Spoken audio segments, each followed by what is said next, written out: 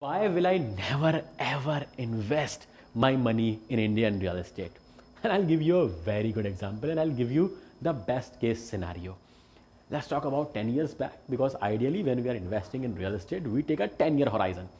So, 2011 August and 2021 August. Let's assume these two scenarios.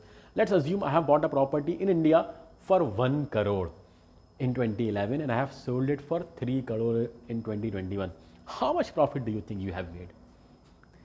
You will think that you have made 300% ROI, but nothing could be further away from the truth.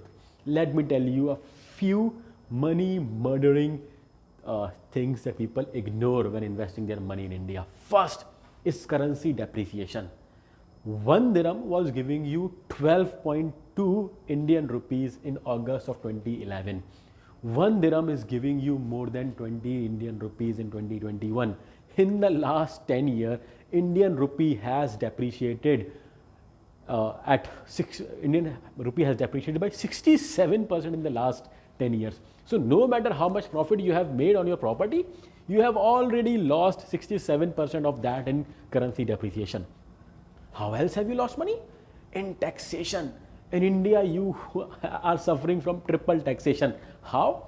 You pay taxes when you are buying a property. So if I talk about 2021 right now, you have to pay GST of 12%, you have to pay stamp duty and registration varying from 5 to 7% and some other miscellaneous charges. So you end up paying roughly 20% of the money in taxes. When you are renting out your property, you are again, as an NRI, you are paying a TDS of 30%, which means even if your rental yield, again the rental yield in India is pathetic, but even if I were to assume a rental yield of 6 to 7%, 30% of that will go to the Indian government as TDS, tax deductible at source.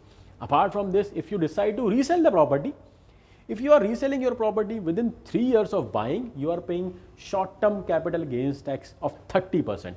If you are reselling your property after 3 years of buying, you are paying a long-term capital gains tax of 20%. You are again losing money. Let's assume, even after all of these deduction, 67% of currency depreciation, 20% of tax, paying the tax when you're buying the property, 30% of TDS deduction, 20 and 30% of capital gains tax deduction. Even after that, even if you have gotten some pennies with you, what happens when you go out and invest? What happens when you go out and buy something from that money? You are again paying the tax. Even if you go to a McDonald's or a Pizza Hut or a Domino's to buy something from that money, you are again paying a GST. So overall, you may feel that your money has tripled. You invested 1 CR and you got 3 crores back. Let me show you a very interesting calculation which takes all of this into picture. My friend, your ROI is not 300%. It's less than 30% in the last 10 years. So this is the number one reason that I will if I buy a depreciating asset in Dubai, I will make more money than I'll make if I buy an appreciating asset in India. India is very good for capital appreciation, but how good is capital appreciation if you are losing money in currency depreciation and triple taxation? So this is the reason I will never buy a property, and I never advise my clients to buy properties in India. I have sold Indian properties and I have seen the cases. There is hardly any returns which you actually make. So invest in Dubai. There is no taxation. You don't pay any tax when you're buying a property. When you're selling a property, dirham is pegged to US dollar. It's an appreciating currency. You make on capital appreciation as well. So you make on currency appreciation. So you are making a very good rental yield of 6 to 9% per annum in Dubai. You are making a capital appreciation. If you are investing in the right time in a developing location, you can make 4 to 5% per annum capital appreciation. You can make 6 to 9% rental ROI. And on top of all of that, if you are from India or Pakistan, the scenario is much worse. Pakistan rupee has depreciated by 97% in the last 10 years. So you make on currency appreciation, you make on rental ROI, you make on uh, uh, capital appreciation, and on top of all of that, none of that money is taxable.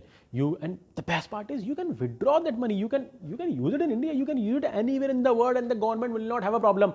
On the other hand, if you have invested in India and if you have received some amount in India, you will not be able to use it in other parts of the world. You will not be able to invest that money in other parts of the world.